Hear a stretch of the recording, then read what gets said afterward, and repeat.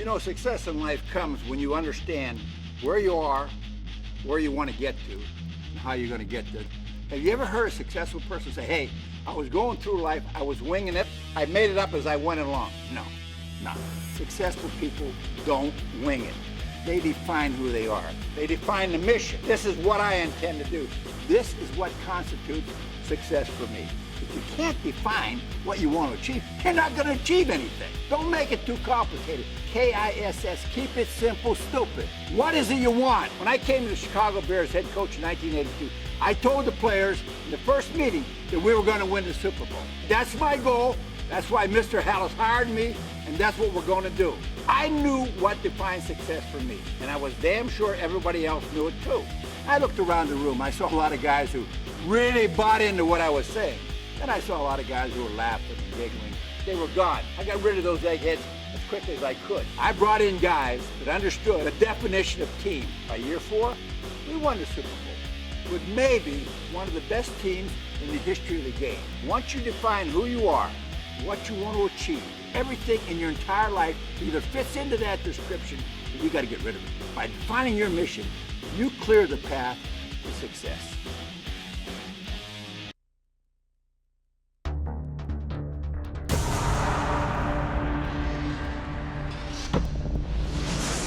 No shortcuts. You know how many years I went from job to job, city to city, and uprooted my family just to get a new, better job? I wish I could tell you that there's a shortcut, some easy way to get where you want to be. There's not. No shortcuts. And had my path been easier or handed to me on a platter, I doubt I'd be standing before you as a winning Super Bowl coach. If you want to be a winner, sacrifice is a part of the process. You have to put in the time. No shortcuts. You have to earn your stripes and take all the necessary steps that get you down the road to your goal. Accept the challenge of that journey. Do the hard work. No shortcuts.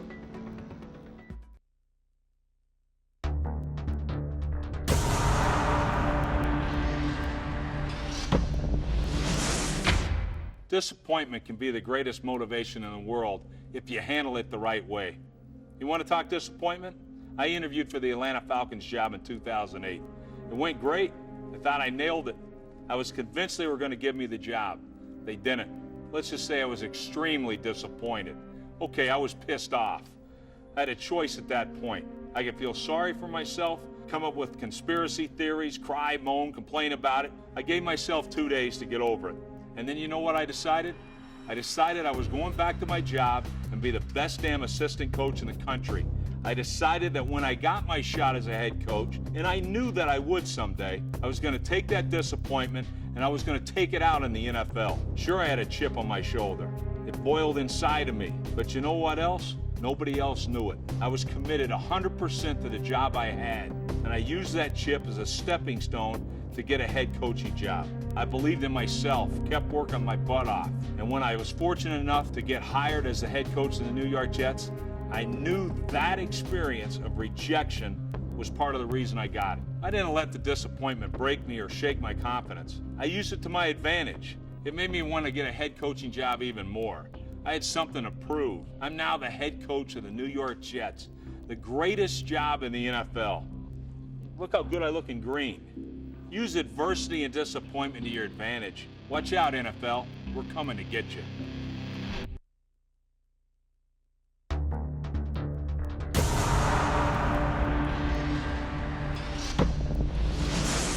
Success is a journey. It doesn't come instantly. It comes to those who work for it every day and who commit themselves to being the best. You can avoid success by giving up the fight, but is that you? Is that a fair description of the kind of person you want to be known and remembered for? The fight is within you. Everyone has the inner fortitude to take their talent and turn it into success. You've developed instinct and intuition. You've paid attention and learned from others along the way. The tools for success are in your possession. You want to succeed? What you need to do is put together a plan. But not just any old plan that says, well, I'll be a millionaire a year from now. That's not a plan, that's a dream. No, I'm talking about putting together a thoughtful plan that is broken down into clearly defined objectives. This could be a scholastic plan, a family plan, a financial plan, or even a plan for getting yourself into top physical and mental condition.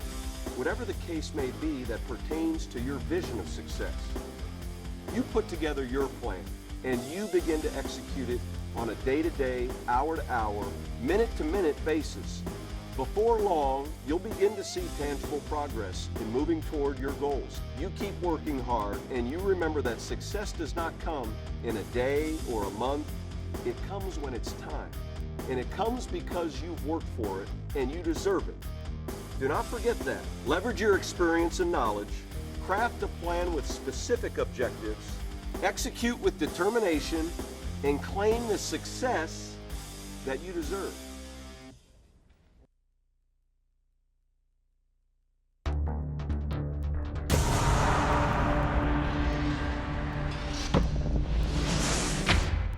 When your back is against the wall, when the play clock is ticking down, how will you handle it? I see every challenge as an opportunity. Whatever the situation, I'm going to get my team to hit the thing head on. We're going to give it all we've got. That's the only way we know how to play. If one side of the ball isn't playing well, the other side will step it up. I don't care what the score is or how late in the game it is. You never fold under the pressure. You rise to the occasion. Show me what you got.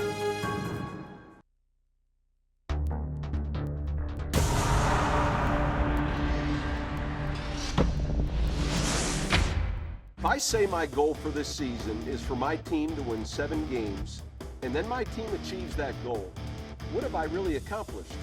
Nothing. I've made it too easy to fulfill my goal. I've denigrated my own abilities. If I set my sights high and aim for the top, it shows I believe in myself and I believe I can accomplish anything. Same goes for you. Don't set your goals so low that you can't help but achieve them. Aim high. You have the potential. You have the talent. You have the drive. If you didn't, you wouldn't be listening to me right now. You have what it takes. Set your sights high and take what is yours.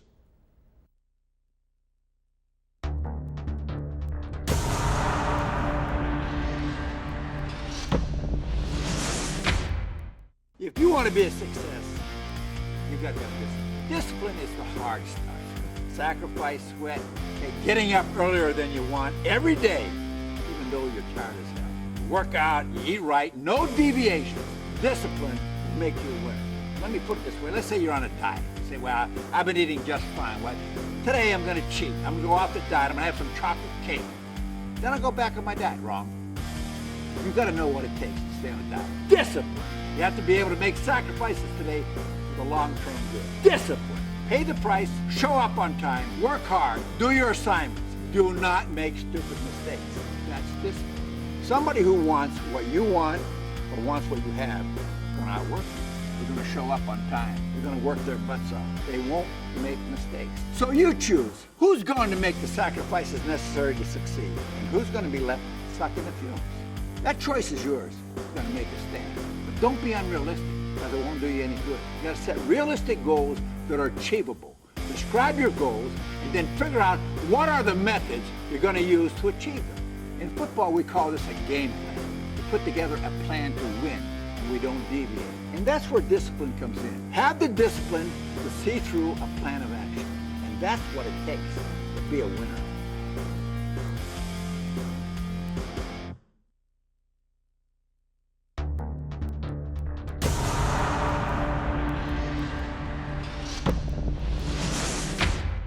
Once you come up with the best plan of attack that is going to help you achieve your goals, stick to the plan. If your boss or company has implemented a plan, you have to believe in it. If everybody buys into the concept and believes wholeheartedly in the leadership, the plan will lead to success. Stick to the plan, stay the course, and believe in a positive outcome at the other end of the road. Of course, you have to be willing and able to make decisions on the fly when unexpected things come up. And things will come up, but any good plan is fluid and allows for a change in direction if the situation calls for it. I believe that a lot of times when it seems like a plan isn't working, it's not the plan. It's the people executing it, or should I say, not executing it. You have to be able to recognize the weak links and make them stronger. When I got the job with the Jets, I said we would win the Super Bowl in 4 years. I believe it. The front office believes it. The other coaches believe it. And the players believe it. My plan included putting in a completely new defensive system. I had to get everybody to buy into that plan, to believe that this new system would be successful and help us get to our goal. I plan to have the best damn defense in the NFL. The plan included sending a message to the rest of the teams in the NFL that the New York Jets are the most physical team in the league. We're going to hit you in the mouth on every damn snap. We had some guys who had been with the team a long time, and it took some time for them to gain confidence in the new system. We had to make some bold moves in the offseason to bring in some new elements. I knew we needed to make it work. Guess what? We started the 2009 season with a 4-4 record. Not exactly what I had planned.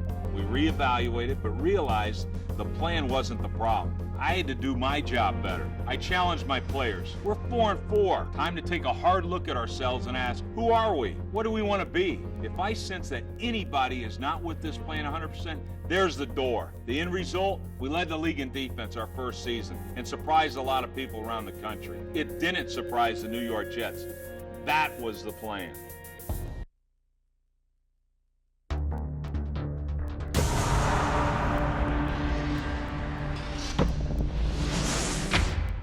You know, there's a natural tendency to over-engineer your plan of success. Plans become excessively complex. They're too fancy, thinking of all sorts of innovative things to do with your life. Start simple, keep it simple. Define the big goals. Create a plan of action. Execute day to day. Once you cover the basics, you can start to think about what's next and all the new ideas you want to implement. Remember, fundamentals first.